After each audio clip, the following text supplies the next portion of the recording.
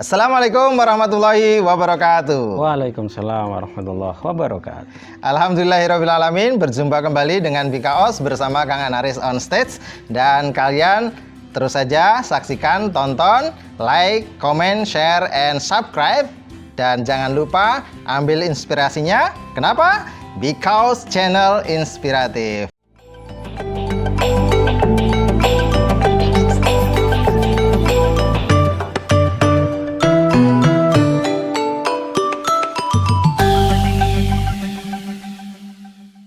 Luar biasa. Dan siang hari ini Kang Anaris dan tim sowan kepada guru kami Ustadz Abdurrahim, sarjana hukum Islam. Betul? Ya. Masya Allah. Ya, ini baru Tanda bener. ini. Gimana, Tat? Tanda pernah belajar. Oh, tanda.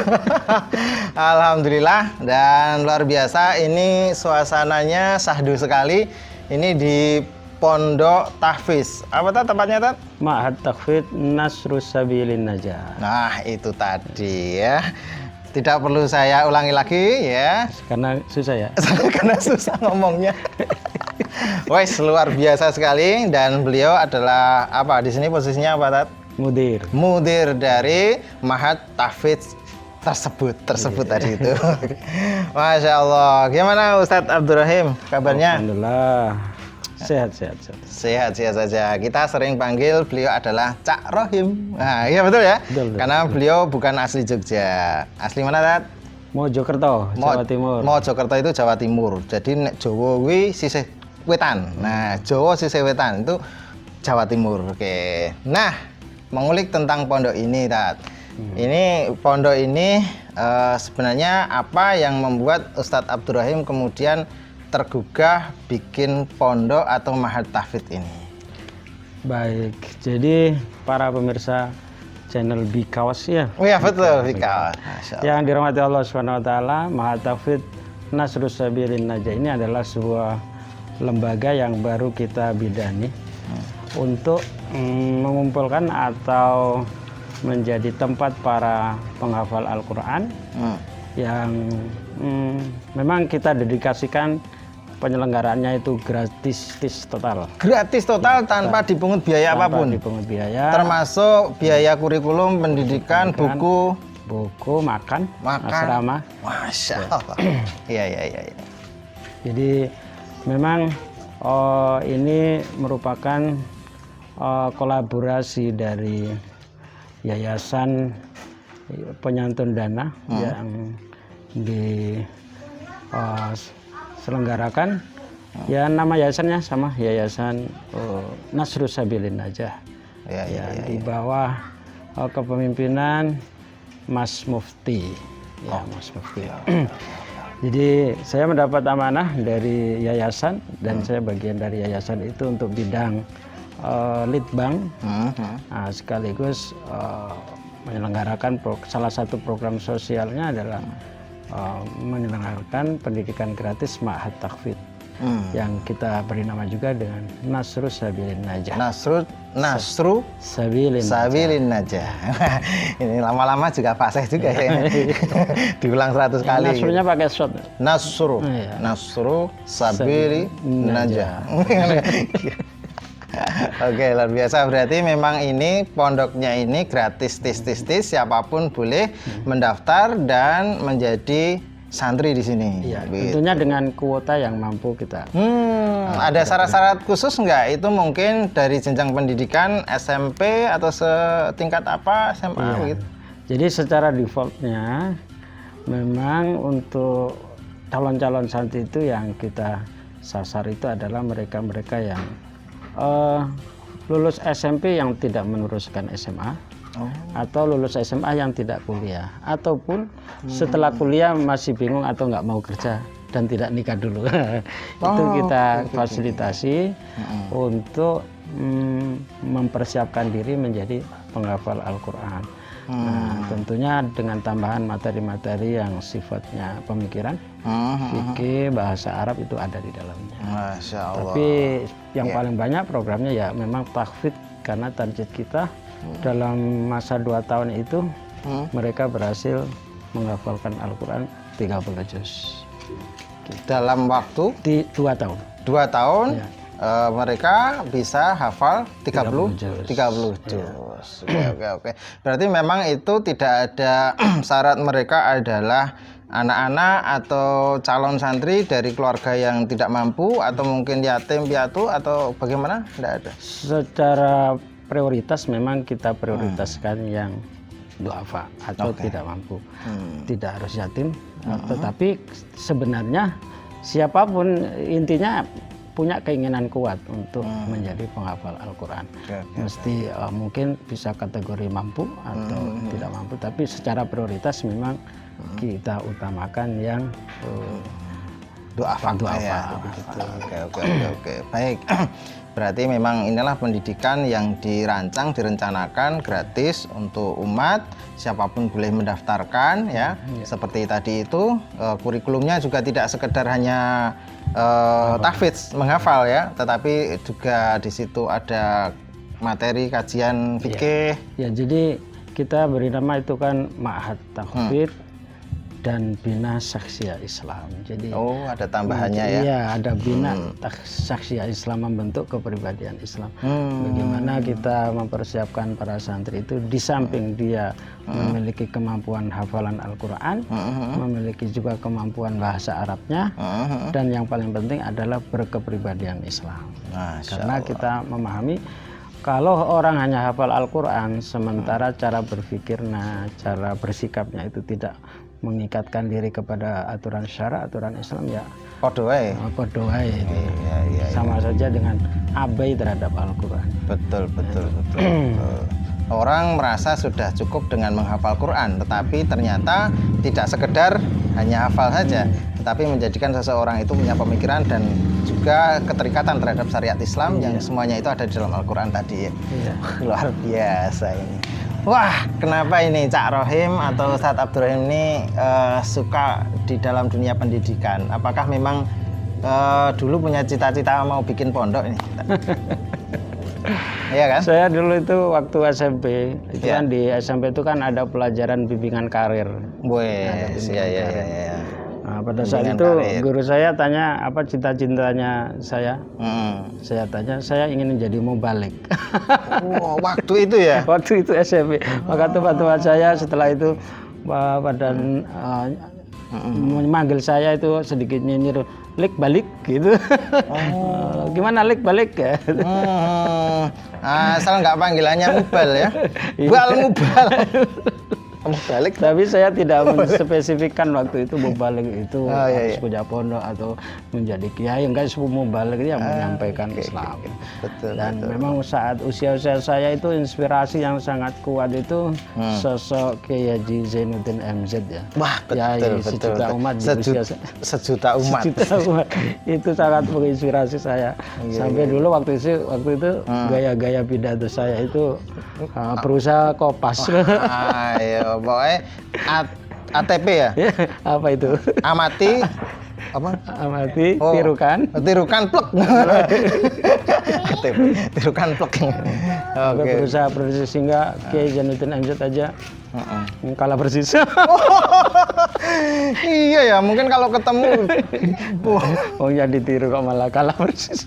Iya. Wah, dikiranya Zainuddin MZ yang asli ya. Masya Allah, luar biasa sekali ya. Jadi terinspirasi dari mubalik yang mendakwahkan Islam, beliau kemudian tertarik di dunia pendidikan, tetapi kan juga melalui jenjang-jenjang pendidikan juga ya, tidak sekedar mungkin punya cita-cita, kan ada ya anak kecil ya sudah ngisi kajian di mana-mana, ini udah banyak ya. Misalnya ada Bildacil ya, ada Icilik dan seterusnya. Nah, Ustadz Abdurrahim ini jenjang pendidikannya sampai kuliahnya? Iya, saya dulu sampai merantau ke Yogyakarta loh, kota pelajar loh ya.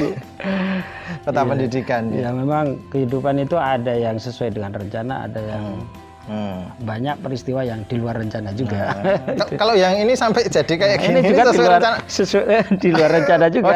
Ini ada pertemuan dua entitas yang beda kemampuannya, kemudian kita sinergi, insya Allah kemudian bisa kita jalankan program ini. Mesti hari ini kita masih membuka para santri dari manapun, dari kalangan manapun ya untuk bergabung bersama Mahatafidz Nasrus Sabilin aja. Oke.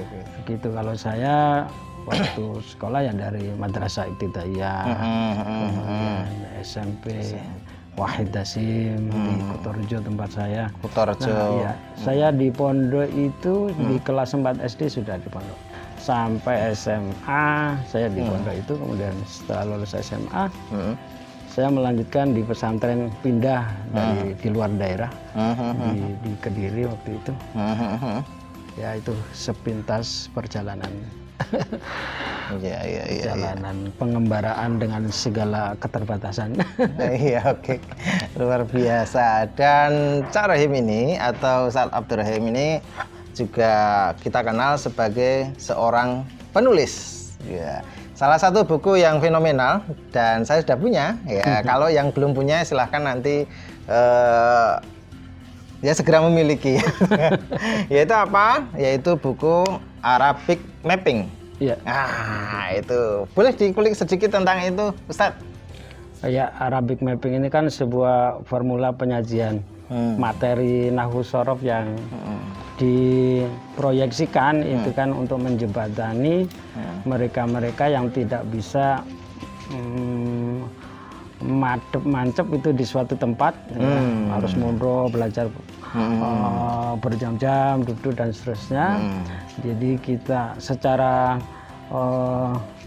proyeksi memang untuk mereka-mereka yang sibuk, sehingga kita sederhanakan, kita mudahkan dalam basis pemetaan, kemudian ya visualnya ya mengoptimalkan warna-warna, kemudian apa istilah umumnya itu jembatan keledai ya, untuk nyingkat-nyingkat konsep-konsep yang dirasa rumit kita singkat ya, disederhanakan. Gitu. Jadi harapannya bisa menjawab kebutuhan untuk teman-teman yang sudah ada giroh keislamannya, ada semangat untuk mempelajari Islam. Dan memang Arabic Mapping itu sebenarnya secara metode itu dia itu menjadi katalisator ya dari semua metode dan belajar dengan siapapun ya. Dengan Arabic Mapping insya Allah lebih terjaga roadmap-nya, kemudian tidak ambiar gitu ya, mempelajari tiap tema demi tema karena dia selalu terikat atau terkoneksi di tiap-tiap konten nahwu sorof itu. Ya, berarti buku ini memang diajarkan dan memang itu apa ya, kalau ada kitab yang dikaji itu ada sanadnya gitu ya. Nah, ini karya sendiri dari berbagai macam literatur buku atau kitab kemudian dijadikan satu, atau memang bagaimana Ustadz kemudian jadi sebuah buku yang kita sebut Arabic Mapping itu? Ya, jadi kalau kita bicara tentang ilmu bahasa Arab itu kan sangat banyak sekali. Bidang ilmu nahwu sorof itu kitabnya juga sangat banyak sekali. Ya. Di dalam tradisi pesantren itu kitab-kitab nahwu misalnya yang familiar itu ada Matan Al-Ajurumiyah, ada Nazm Imriti, ada Alfiyah Ibnu Malik, dan berbagai sarah-sarah kitab-kitab pokok tersebut. Nah, tentunya ini berdasarkan pengalaman-pengalaman yang saya alami saat belajar dan saat menghadapi para santri yang sedang belajar. Itu saya buat formula yang berupaya gitu ya, berupaya untuk menyederhanakan konsep-konsep yang ada di dalam nahwu sorof itu dengan asumsi mempersingkat waktu yang dibutuhkan, meskipun yang namanya bahasa itu tetap membutuhkan intensitas kebiasaan yang berulang-ulang. Betul. Tetapi sebagai pondasi dasar sudah itu cukup membantu. Lumayan lah gitu ya, lumayan. Dan untuk mengkaji, mempelajari kitab itu apakah harus menjadi trainer dulu kemudian diasuh oleh penulisnya sendiri, atau mungkin bisa orang belajar sendiri dan mengajarkan orang lain? Ya, karena itu sebuah pendekatan dan bahasa bukunya juga bukan bahasa naratif, bukan narasi gitu ya, narasi panjang. Memang banyak ya buku-buku ya. Memang harus ada yang dijelaskan, kuatkan di sebelah mananya gitu jadi ya. memang ketika ingin mengajarkan dengan pola pendekatan Arabic mapping, ya tentunya harus tahu dulu apa yang saya maksud dari tampilan-tampilan di buku itu. Betul. Sehingga bisa memang kemudian untuk pembelajar awal juga bisa bagi calon trainer. Oke. Berarti memang harus ada sebuah pola pengkajian khusus tentang kitab ini betul. Gitu. Dan mungkin sudah membuka kelas-kelas khusus untuk Arabic mapping di Jogja, di mungkin kota-kota yang lain. Beberapa kali ada. Sekarang juga sedang jalan itu program IBOS, komunitas IBOS, Islamic Business Online School. School atau apa ya? Kayaknya school. Iya, itulah. School. Itu alhamdulillah ya sekarang masih berjalan ya itu.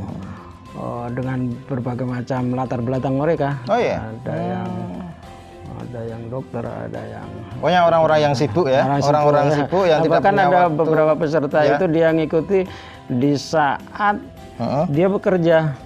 Ya, jadi di ruang kerjanya. Ya dia kan seorang dokter ya. Jadi kadang-kadang kalau pas saya minta untuk menampilkan videonya lagi pas ada tindakan medis. Ini gitu ya. Kalau ada yang mungkin baru mau operasi sebentar, ini baru pembelajaran bahasa Arab, ya keburu meninggal kan. Jadi kita backup dengan ini YouTube. Jadi ada juga online, tapi kalau misalnya nggak bisa terus itu nanti rekamannya kita kirim. Oke. Berarti sangat fleksibel sekali dan siapapun bisa belajar, tidak harus tatap muka, ternyata juga bisa online. Bisa online, yang jelas masuk di kelas Arabic mapping tadi itu ya. Itu. Kalau mau daftar gimana tadi itu yang di kelas itu online itu? Bisa? Ya, hubungi saja. Hubungi beliau ya. Intinya gini, ada kelas itu terselenggara berdasarkan inisiasi dari komunitas tertentu. Atau ada yang langsung menghubungi saya secara personal. Betul. Itu ya bisa. Tinggal manajemen waktunya cocok atau enggak itu. Iya. Berarti sudah ada ya IG atau mungkin Facebook atau apa di sosmed yang nanti bisa dihubungi, ada ya? Ada. Nah, itulah pengalaman beliau dalam mengisi training tentang pembelajaran Arabic mapping, dan itu bahkan sampai Surabaya juga kan? Ya dulu jadi sebelum kita cetak Arabic mapping itu kita pernah diundang untuk presentasi di sebuah komunitas terkait pendekatan Arabic mapping untuk mengantarkan mereka bisa membaca kitab Arab Gundul. Jadi memang target dari kompetensi itu adalah bisa mengakses kitab Arab Gundul. Arabnya Gundul. Gondrong.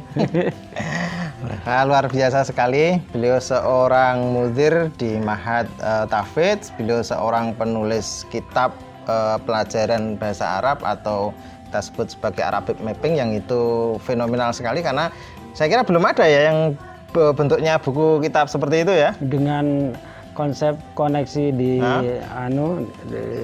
cover plus itu belum ada. Belum ada ya. Ada warna-warnanya ya, kemudian pokoknya sepanjang pengetahuan saya. Iya, betul. Siapa tahu mungkin muridnya buat juga nggak tahu ya. Oke, luar biasa. Oke. Ada yang mau ditanyakan, Bang? Ini biasanya ada suara-suara gaib yang bertanya, Jadi apalagi ini di daerah mana ini? Oke, silahkan, ada yang mau tanya mungkin para jamaah sekalian. Oh ya, monggo silahkan. Ini orangnya mana ya? Namanya gaib kan dicari. Monggo silahkan. Ini kalau komunitas pengajian di Jogja itu kebanyakan kalau kenal Ustadz Abdurrahim itu memang bahasa Arab ya, bukan Arabic mapping tadi panjang dibahas gitu. Jadi konsentrasinya memang mengajarkan bahasa Arab. Idealismenya begitu. Nah ini akan membangun pondok, tapi konsentrasinya tahfidz Quran. Nah ini sebenarnya kenapa banding setir kayak gitu, atau memang itu saling melengkapi, atau memang mendua aja, yang nanti bahasa Arab ada, tahfidz Quran ada, dan yang lain-lain mungkin ada lagi yang lain gitu, atau bagaimana gitu. Sudah. Ya itu satu pertanyaan satu. Nanti ada pertanyaan lagi. Oh, dicicil. Jadi pertanyaannya dicicil satu-satu. Aku sayang ibu. Ya, monggo silakan. Ini kan pertanyaannya ingat nggak? Ya, pokoknya seingat saya ada yang tanya. Oh, gitu. Monggo silakan. Ya, pada sebagian besar komunitas yang sering berinteraksi dengan saya ya, terutama di Jogja, memang branding saya itu pada pendekatan pembelajaran bahasa Arab. Betul, betul. Nah, kemudian ini kok membuka Ma'had Tahfidz ya. Iya. Oh, jadi ini kan bukan sesuatu yang bertolak belakang, karena bahasa Arab itu kan dipelajari juga dalam rangka memahami Al-Quran. Nah, oleh karenanya ini juga sebagai sesuatu yang di luar rencana panjang saya, ini sebuah pertemuan yang sangat singkat sebenarnya dari pihak yayasan yang minta saya untuk menjadi mudir di program Ma'had ini. Dalam waktu singkat pula saya dimasukkan di kepengurusan yayasan. Jadi karena ini idenya dari yayasan punya idealisme untuk mentasarufkan sebagian harta yang dimiliki untuk mencetak calon-calon penghafal Quran. Ya, ini kesempatan juga, artinya ini pertolongan dari Allah Subhanallah. Insya Allah dengan membuka tahfidz Ma'had Tahfidz ini pun juga tidak berarti kemudian menghilangkan pembelajaran bahasa Arab, karena di dalam program kurikulum di Ma'had Tahfidz ini juga ada materi bahasa Arab. Oh iya, nah, itu. Ya, jadi betul. Atau kalau tadi dimaksud mendua ya ya satu orang mengayai beberapa lembaga kan juga nggak apa-apa ya. Nggak apa-apa. Ya. Iya. Mengayai ya. Mengayai. Apa mengayai? Ayah dari beberapa ini bidang. Beberapa bidang. Iya. Oke, berarti untuk pengembangan Arabic mapping tetap kita pikirkan dan terus kita upayakan pembenahan demi pembenahan, baik dari sisi konten maupun perencanaan ke depan. Betul. Wah, ini berarti memang bukan berarti kemudian kok bertolak belakang dengan apa yang dijalani sekarang. Itu ibaratnya seiring sejalan, gitu ya. Seiring sejalan, melengkapi. Ya. Kenapa? Memang bahasa Arab itu tidak sekedar hanya untuk dikaji, dipelajari, tetapi diaplikasikan dalam apa? Salah satunya ya dalam pembelajaran di Ma'had Tahfidz ini. Ya. Ada mungkin hafalannya dikuatkan. Ya mungkin katanya kalau orang sudah hafal Quran itu belajar bahasa Arab mudah gitu ya, gitu ya? Atau memang nggak jaminan ya? Kayaknya itu dua-duanya sih. Dua-duanya. Ya? Orang kalau bahasa Arabnya kuat, menghafalnya insya Allah juga mudah. Oh gitu. Hafal Quran banyak, kemudian belajar bahasa Arab juga sinergi akan mempercepat dia mengkonekkan terhadap konsep bahasa Arab dengan redaksi-redaksi di dalam Al-Quran. Kata-kata itu bisa ketemu, baik secara kosakatanya maupun secara struktur kata di dalam kalimat itu dia akan cepat. Oh, misalnya sudah hafal ayat, oh berarti ini kedudukannya fa'il. Kok doma? Karena dia isim mufrad. Isim mufrad doma ini karena kedudukannya fa'il harus rofa. Oh iya. Saya jadi teringat dulu waktu beliau ngajar saya ya. Tapi alhamdulillah belajar dengan Ustadz Abdurrahim ini, Cak Rohim ini enak, luar biasa ya. Kenapa? Ya beliau dengan penuh kerendahan hati ya, mau mengajari kita dengan kesabarannya ya, dan alhamdulillah tidak semua muridnya lulus ya. Itu beliau juga nggak marah gitu. Insya Allah kita dulu saya kejar beliau itu karena memang saya yang butuh gitu kan. Beliau di Jogja kemudian pindah ke waktu itu ke Klaten ya. Iya. Ke Klaten saya tungguin setiap habis subuh itu ya, janjian di mana itu di Jalan Solo itu ya, di Pondok Panatogomo, saya tungguin di sana. Ya kayak gitulah ya, alhamdulillah. Dan beliau insya Allah guru yang sangat memperhatikan muridnya. Masih ada bekasnya kan? Masih Insya ada, Allah. masih alhamdulillah dari pembelajaran yang beliau sampaikan Masih bisa dihasal masih lagi. ada dan saya emang ya begitulah ya. Minimal kitabnya saya punya. Ya, kalau sudah punya itu ayem. Gitu.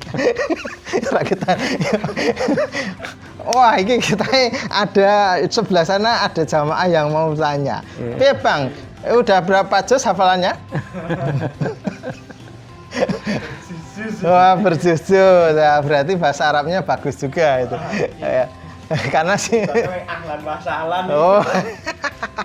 Oke, katanya ini tadi suara gaib, ada pertanyaan berikutnya, silahkan. Wah, kita tunggu ini. ya. Pertanyaan kedua, Iya, monggo. ini ngapunten ini ya. Nah, Bapak Menteri Pendidikan kita itu Wah, waktu baru dilantik itu mengkritisi pendidikan yang katanya kebanyakan hafalan gitu. Ini saya mau bikin sekolah hafalan, ini gimana ini? oh iya. Jadi kayak yang terakhir juga itu, Bang. Kita itu butuh banyak dokter. Nakes kita banyak yang meninggal. Kenapa kita diajari hanya menjadi imam saja? Wah, gitu ya kan. Itu kayak gitu ya. Di pondok-pondok itu seakan-akan ya kan ngajari tahfidz, hafal Quran. Yang meninggal tadi itu Ya mungkin betul tadi itu ya. Yang meninggal-meninggalnya butuh didoakan juga. Tapi nggak usah dibalas kayak gitu. Gimana tadi itu? Tadi ada yang ditanyakan oleh suara gaib tadi. Ya, hafalan. Apakah hafalan itu juga menunjang terhadap apa ya istilahnya ya? pendidikan. Pendidikan. Oh iya. Menunjang kehidupan mereka di kehidupan yang akan datang begitu. Hafal Quran terus jadi apa? Jadi kan kadang ada yang kritis juga itu, kenapa masuk perguruan tinggi syaratnya hafiz Quran? Atau mungkin hafiz Quran dapat masuk perguruan tinggi tidak harus ujian formal dengan pelajaran yang lain. Nah ini dikritisi oleh tadi itu ya, instansi tadi itu. Gimana tadi Tat? Bicara tentang penghafal Quran. Ya, kalau kita berbicara tentang pendidikan, apalagi dalam konstruksi akidah Islam, prinsip dari akidah Islam itu dalam menyelenggarakan sebuah pendidikan itu kan terbentuknya pribadi yang bersaksi Islam. Bersaksi Islam itu pola pikirnya Islami, artinya dia mengikatkan diri segala perbuatannya itu terhadap aturan Sang Pencipta, yakni syariat Allah Subhanahu wa taala. Kemudian pola sikapnya, pola nafsiyah, pola pikirnya itu berdasarkan Islam. Nah, terkait dengan statement yang mengatakan pendidikan kok menghafal, ini harus dibedakan antara ilmu dan sakofa. Ya. Jadi kalau sakofa itu kan majmu'atul mafahim, majmu'ul ma'arif allati tukhadhu an tariqil ikhbar wa talaqi wal istinbat. Jadi sakofa itu adalah seperangkat pengetahuan yang didapat dengan metode pengkhabaran, pemberitaan, kemudian istimba antorikil ikhbar wa talaqi. Talaqi itu bertemu langsung dengan gurunya, ya, kemudian istimbat, pengambilan kesimpulan hukum. Nah, dalam konteks ini tentu yang namanya pengkhabaran itu berangkat dari sumber informasi, sumber informasi yang berkenaan dengan apakah perbuatan itu boleh atau tidak, atau dalam bahasa fikihnya itu halal atau haram. Nah, ketika halal dan haram itu maka dalilnya kan harus bersumber dari wahyu Allah, karena konteksnya adalah konsekuensi di akhirat setelah kematian itu. Dan sumber itu ya Al-Quran, dan Al-Quran dan As-Sunnah itu kan sebagai sumber hukum Islam. Sehingga statement yang mengatakan pendidikan kok menghafal itu juga perlu kita kritisi. Ya, pendidikan dalam format yang mana? Kalau memang arahnya itu misalnya life skill atau keterampilan hidup yang sifatnya adalah praktis, ya memang ada poin-poin yang tidak perlu hafal, tapi dia taktis, dia cepat untuk menghasilkan sebuah karya. Jadi kan ada perbedaan antara sakofa dan sain. Nah, di sain pun ada poin-poin yang harus dihafal, ada yang perlu eksperimen demi eksperimen. Tapi kalau sakofa itu justru pada kuatnya hafalan, pada kuat hafal, pengetahuan yang didapat dan validitas dari dalil-dalil yang jadi pegangan itu. Itu menurut saya. Oke. Saya mau. Jadi luar biasa ya. Gimana tadi? Jadi Tambahin lagi. kalau ilmu sain itu kan, jadi asakofa dan ulum itu kan beda antara sain dan ilmu. Kalau sain itu majmu'atul ma'arif, seperangkat pengetahuan allati tukhadu yang ia diambil antorikil tajribah, dengan cara eksperimen demi eksperimen. Jadi antorikil mulahadha dulu. Mulahadha itu apa? Observasi, ya, memperhatikan fakta yang terindra, kemudian melakukan tajribah, eksperimen demi eksperimen.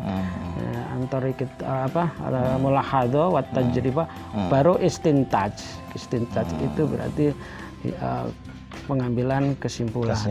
Apa bahasanya hipotesa dan apa itu kalau jenengan waktu sekolah?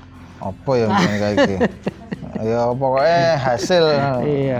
Itu memang pada fakta-fakta kealaman itu ya memang justru yang dibutuhkan adalah kevalidan hasil eksperimennya. Oke. Yes. Jadi mungkin bisa nggak itu dikatakan bahwa ini ada dikotomi pendidikan antara agama dengan sains gitu? Ya jelas, itu sebagai dampak dari cara berpikir sekularistik yang memarginalkan Islam atau meminggirkan Islam di dalam konteks kehidupan, sehingga memotret pendidikan itu basisnya sekuler, sehingga apapun yang nuansanya itu penguatan keislaman itu tidak dianggap sebagai pendidikan yang diutamakan, dipentingkan. Pendidikan yang penting, pendidikan yang harus diwujudkan, akhirnya tidak. Benar. Oke, berarti tadi suara gaib tadi itu merespon bagaimana ya di tengah masyarakat ini masih ada orang punya pemikiran bahwa anak itu ya dibekali ilmu umum karena mereka ketemu dengan kenyataan kehidupan.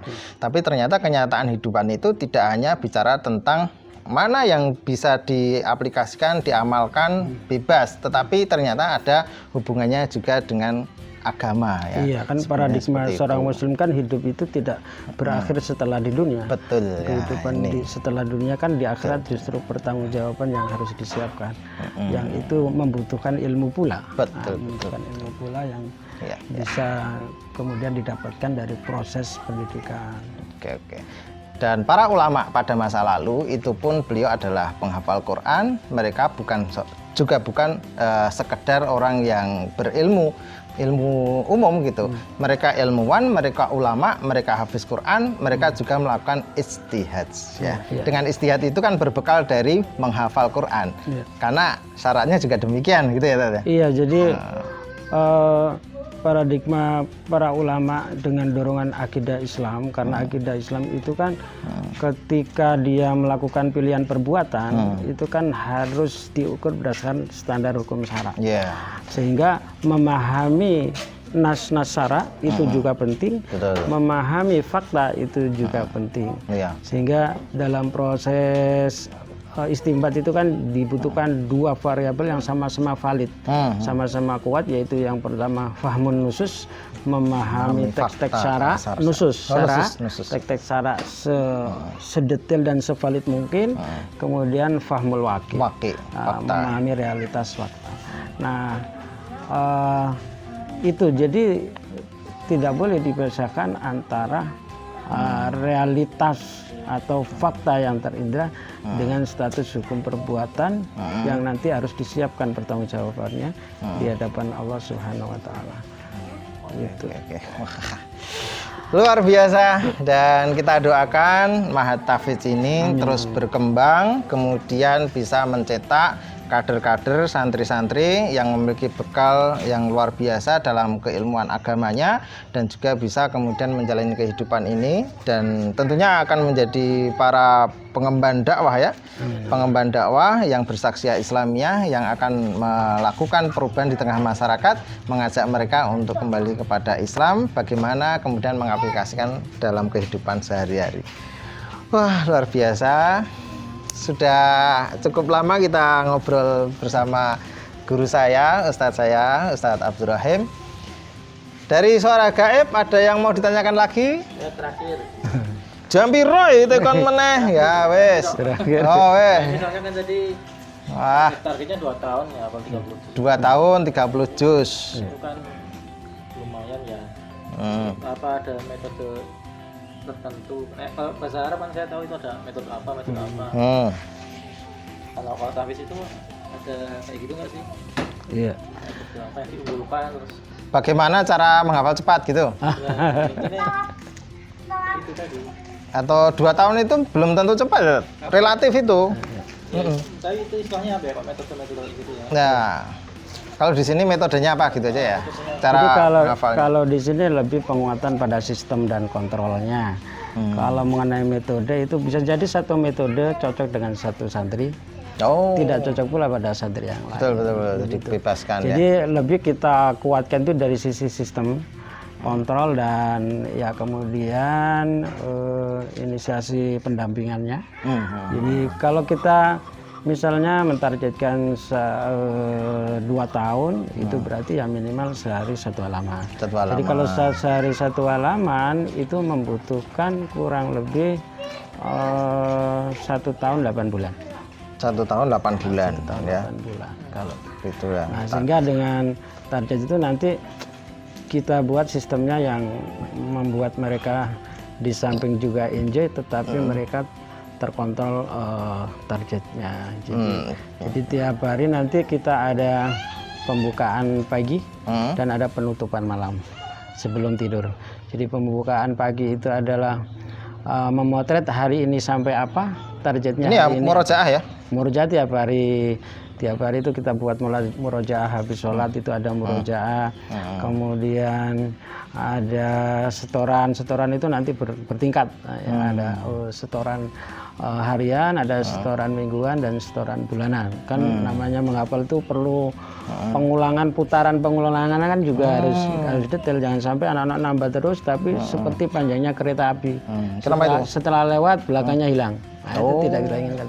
Tetap terjaga dengan sistem-sistem itu mulai dari ujian berdasarkan capaian. Nanti setiap capaian 1 juz ada ujian. Ada ujian setiap peningkatan 3 juz ada ujian 3 juz. Kemudian ada ujian periode waktu masa belajar. Kita buat catur bulan. Per 4 bulan ada ujian untuk mengevaluasi dan merekomendasi ke depannya. Jadi kita berusaha optimal mendampingi secara sistemnya gitu. Mengenai metode kita tidak menetapkan secara khusus karena bisa jadi metode itu tepat pada satu santri, tidak tepat pada santri yang lain. Betul. Kita beri keluasan. Oke, begitu Suara Gaib. Cukup ya? Oh, cukup. Baik, alhamdulillahirrabbilalamin. Wah, akhirnya kita sudah sampai di penghujung pertemuan kita, ngobrol-ngobrol kita dengan Mudir Mahat, apa tadi namanya? Apa ya? Wah, ini harus ditulis ini. Wah, ya. Nasru itu pertolongan. Nasru itu pertolongan. Sabil itu jalan. Najah kesuksesan. Najah kesuksesan. Ya. Nasru sabilin najah. Kudu alon-alon kene. Masyaallah. Luar biasa. Ya, terima kasih Ustadz Abdur Rahim sudah menerima kami dan tim untuk ngobrol-ngobrol sore hari ini. Terima kasih. Kita berdoa semoga sukses pencapaian-pencapaian yang dilaksanakan, diprogramkan di pondok atau di Mahat Tahfiz ini. Insya Allah lain waktu kita bisa sowan lagi nggih, Ustaz. Monggo. Ya, insya Allah kita akan ngobrol-ngobrol lagi tentang yang lainnya. Terima kasih atas perhatian teman-teman semuanya telah pantengin channel ini, telah menonton dan menyaksikan video ini. Semoga bisa mengambil inspirasi apa yang kami obrolkan sore hari ini. Terima kasih. Kenapa kalian harus tonton dan terus berada di channel ini? Because channel inspiratif. Oke, terima kasih luar biasa. Tuhan Ustaz. Assalamualaikum warahmatullahi wabarakatuh. Waalaikumsalam warahmatullahi wabarakatuh.